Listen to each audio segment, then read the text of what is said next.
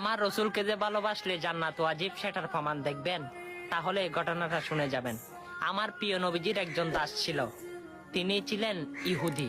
আমার রসুল যেখানে যাইতো আমার রসুলের সঙ্গে সঙ্গে সেই দাস চলে যেত। আমার রসুল যদি মসজিদের মধ্যে ঢুকতো, ওই ইহুদি আমার রসুলের জুতা মোবারক নিয়ে বুকের মধ্যে লাগিয়ে লাগতো। কিন্তু আমার রসুলের অনেক বছর তিনি আমার রসুলের সেবা করেছেন। হঠাৎ সেই ইহুদি আমার রসুল দেখতে পায় না, সেই ইহুদি কোথায় চলে গেছে। তখন সাহাবা একরামকে জিজ্ঞেস করলে, সাহাবা আমার দাসটা কোথায়, ওই ইহুদি কোথায়?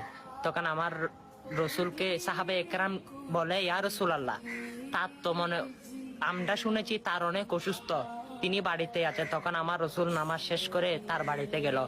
তখন তার বাড়িতে গিয়ে আমার রসুল তার মাথার উপরে এরকম হাত লাগলো, হঠাৎ হাতটা সরিয়ে ফেললো। তখন সাহাবা একরাম জিজ্ঞেস করে, ইয়া রাসূলুল্লাহ, হাত দিলেন আবার হাত নিয়ে নিলেন, ব্যাপার কি? তখন আমার